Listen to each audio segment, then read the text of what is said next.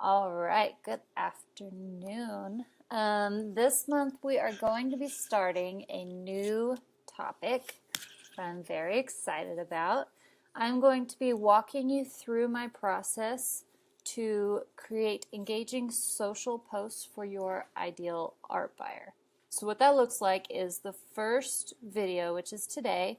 I will kind of talk you through the why a little bit, and then at the end I will give you just a little bit of strategy to start on your ideal art buyer profile. Next week we will get really in depth with your ideal art buyer profile, and then the week after that we will talk about how to use all of the parts we created to make engaging social media posts. Let's see, where shall we start? First of all, I want to say, if you don't have it yet, go to the link in your email and download the notes template. If you are watching this on my blog, there is a box above this video where you can go get that as well. So go ahead and pause the video, get that taken care of, and come right back. So first we are going to be looking at your ideal art buyer profile from a different angle. You might have heard the word target audience or ideal client. There are lots of different words. They all mean basically the same thing. But if you have tried any of those exercises before and you're watching this, they probably did not do the trick for you. A lot of times they start off with things like, what is their eye color, what is their favorite food, and then from there you're supposed to be able to keep going and find their innermost desires. And it gets really hard when you start with eye color to get to that deep of a level. So I like to kind of reverse the process and start with what they want most in their life, what drives most of their decisions, and then work my way down. I will also take that piece of the puzzle, the thing that they want most, and help you tie it back into your personality, your art, your style. It sounds a little bit complicated, but it's really not. So I just want you to trust me on the process and follow the steps. So why aren't you selling any art?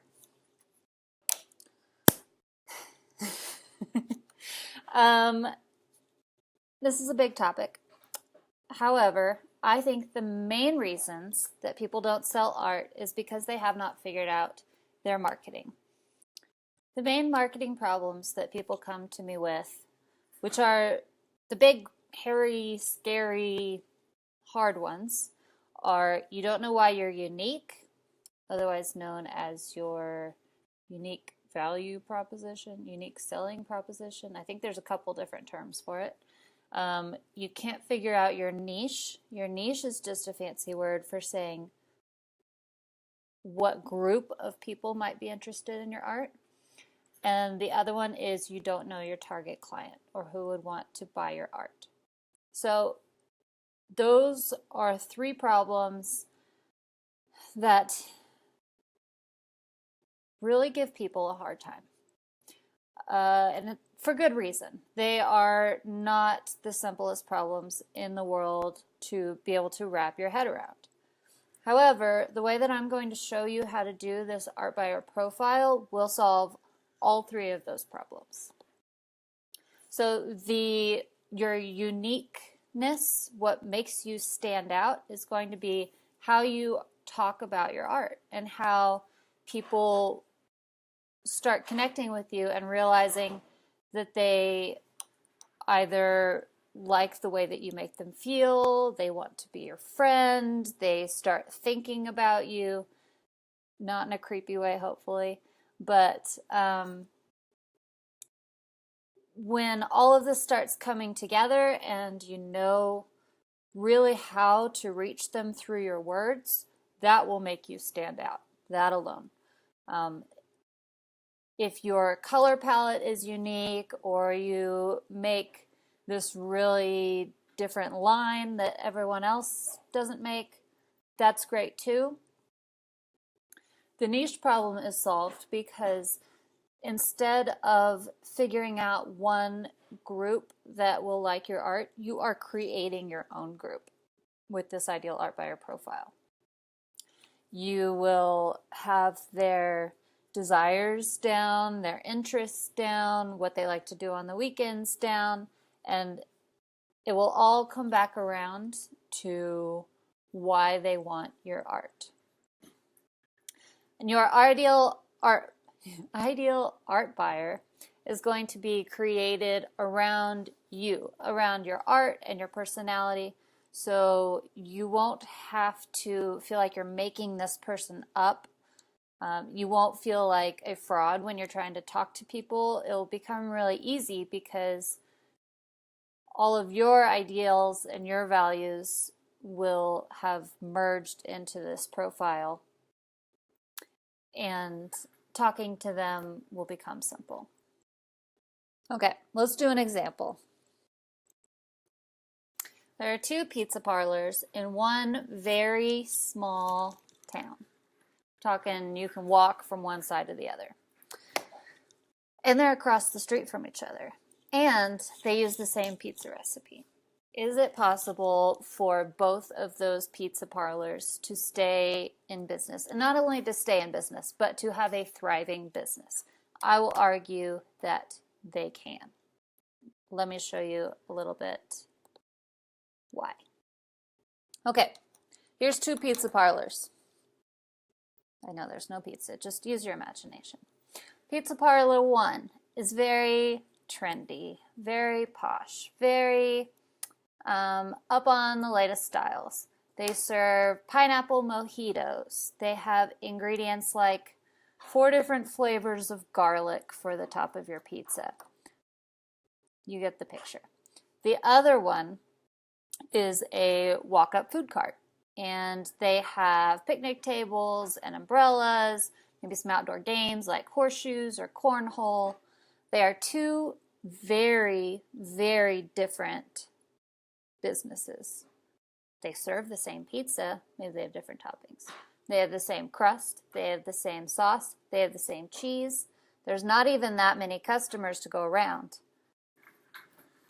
By deciding who they want to be their client and being able to grow their business around that person, they are going to do very well for themselves. Let me see if I can, okay. So, ideal pizza customer number 1 is really not going to be very interested in the walk-up food cart. He is probably a 30-something male who wants a very stylish restaurant to impress his date. He wants trendy, handcrafted drinks and is willing to pay a high price for them.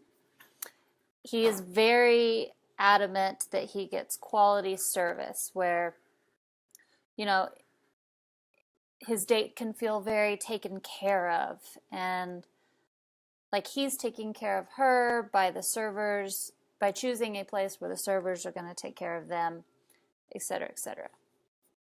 Ideal pizza customer number 2 is maybe just a dad who wants to go spend some quality time together with his family and get them away from the screens for a couple of hours.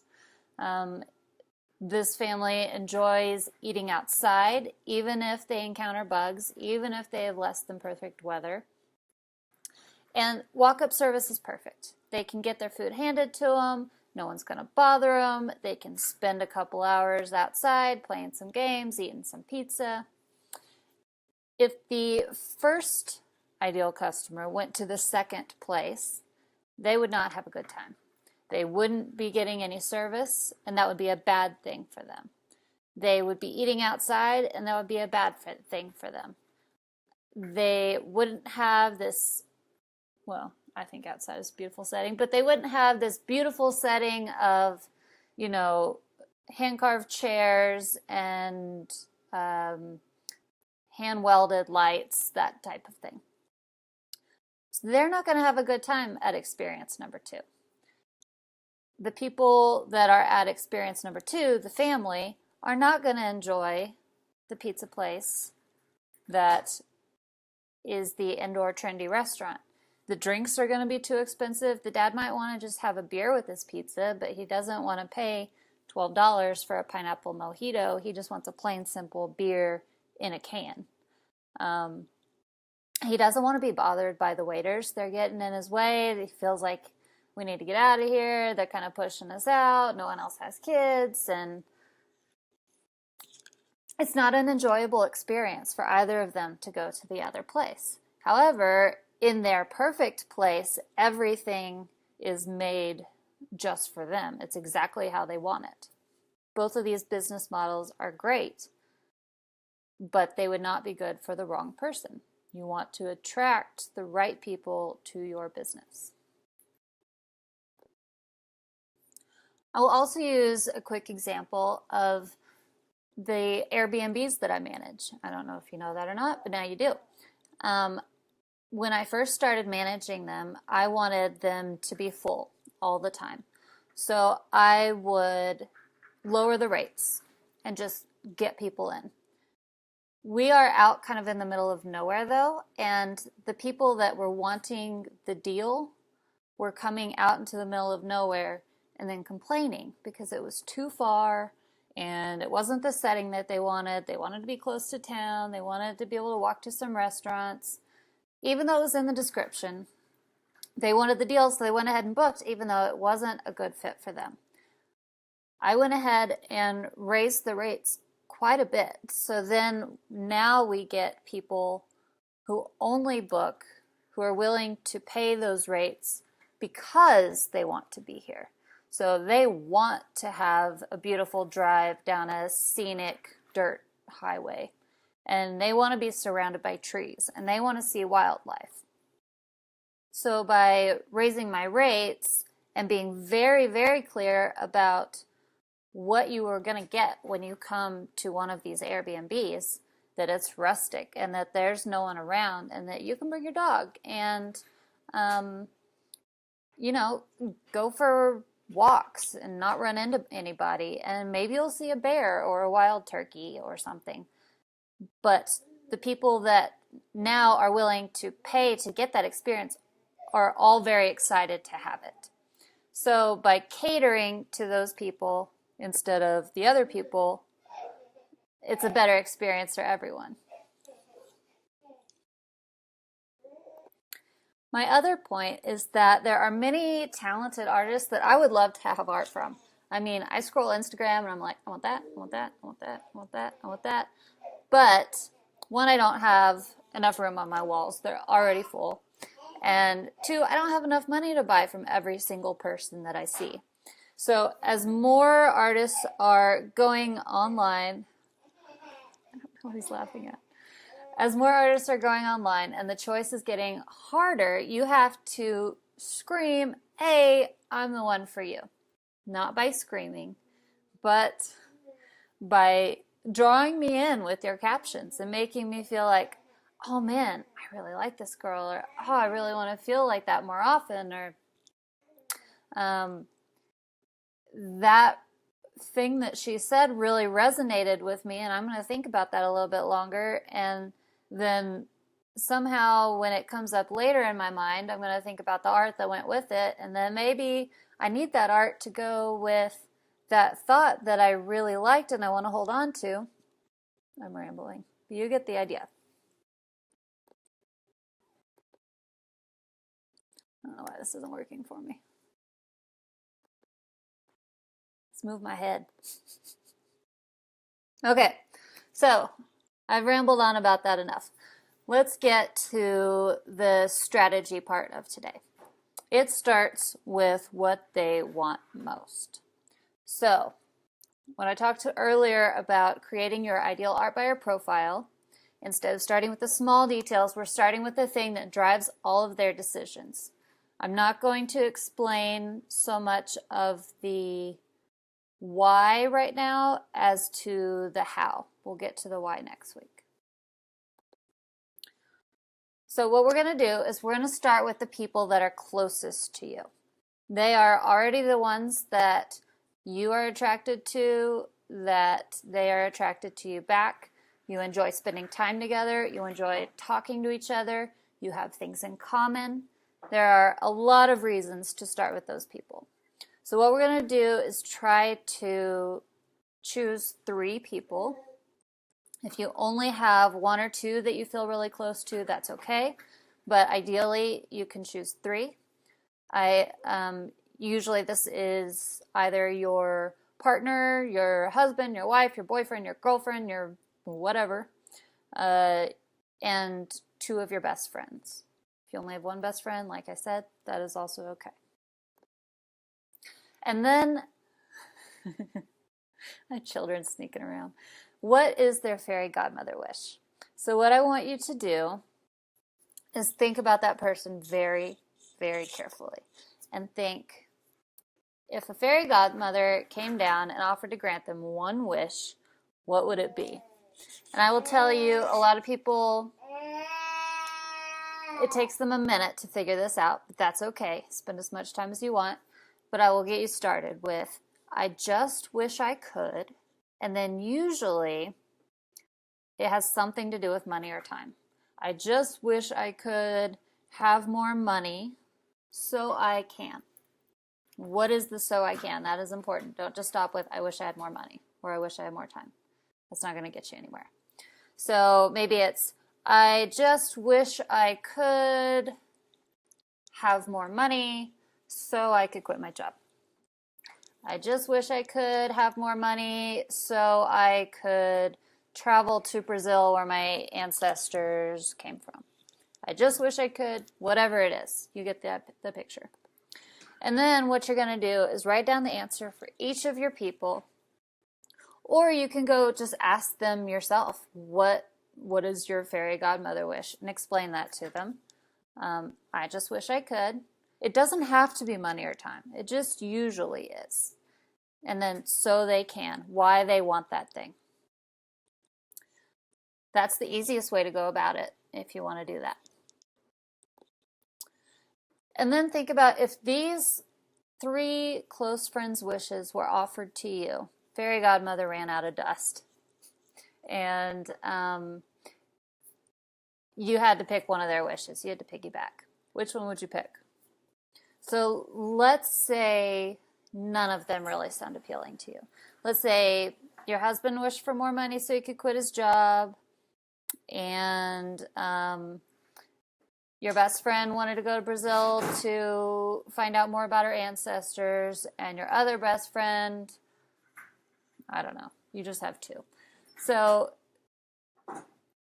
the way that you get around that is your husband just wanted more money so he could quit his job. Why? Why did he want to quit his job? So, because he's kind of a rebel and he doesn't enjoy being told what to do every day. And really what he wants more than anything is to be able to, I don't know, create his own way of making a living, whatever that might be. Maybe you resonate more with that. Maybe you want to not have someone telling you what to do every day so you can live life the way you want to. That would be the equivalent of his wish for you. If your best friend wanted to travel to Brazil to connect with your ancestors, you don't have any ancestors from Brazil. That doesn't really do anything for you. Why does she want to do that? Is it because she is very interested in her family history and how her ancestors have influenced her personality, and she wants to, she's very family oriented and she wants to learn more about why she is the way she is? Maybe you relate more to that than the other one.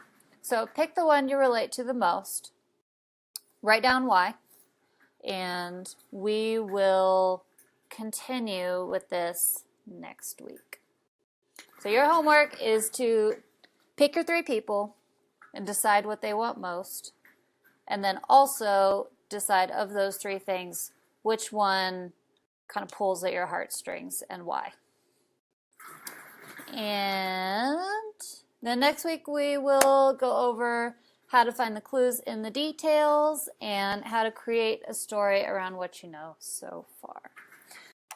So that is it for today. I will leave you with your homework. Be sure to get that done so next week you will be ready to keep going.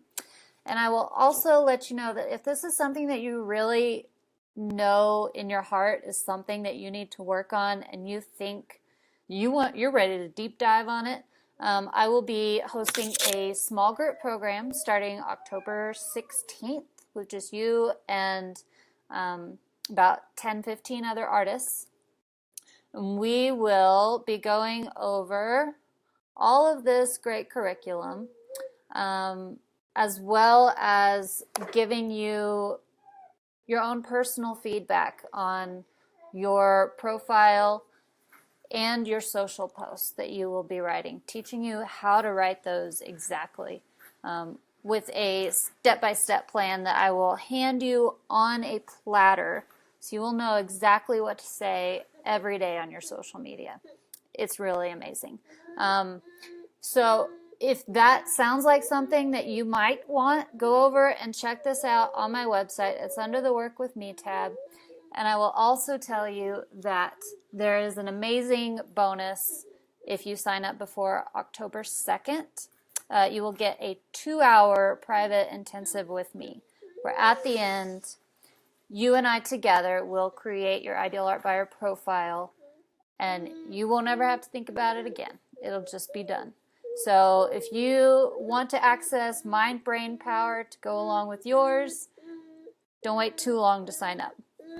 And that is it for this week. So we will be talking soon. Bye-bye.